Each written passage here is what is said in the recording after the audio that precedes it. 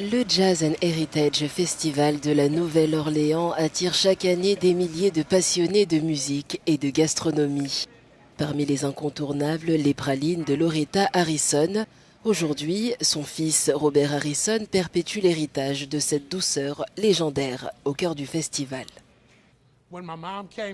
Quand ma mère a inventé ce bonbon et ensuite élargi l'entreprise, elle a veillé à intégrer la praline.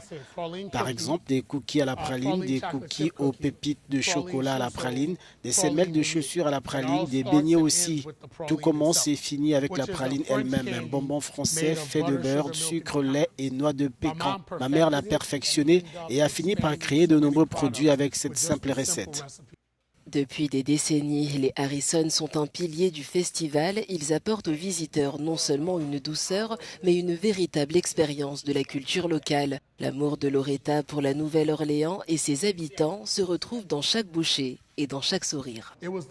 C'est l'amour que ma mère avait pour ses clients, sa famille et son entreprise. Elle faisait venir ses sœurs, ses cousins, ses tantes, ses oncles, ses amis, car il faut vraiment un village pour mener à bien ce genre d'opération.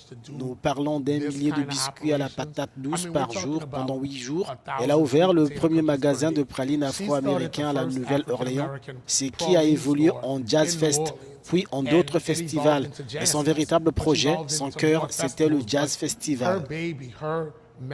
Au-delà d'être des friandises, ces pralines sont un voyage au cœur de l'âme de la ville. Une rencontre entre le patrimoine culinaire et l'énergie débordante du festival. Chaque année, des milliers de visiteurs mêlent ces créations à la magie musicale.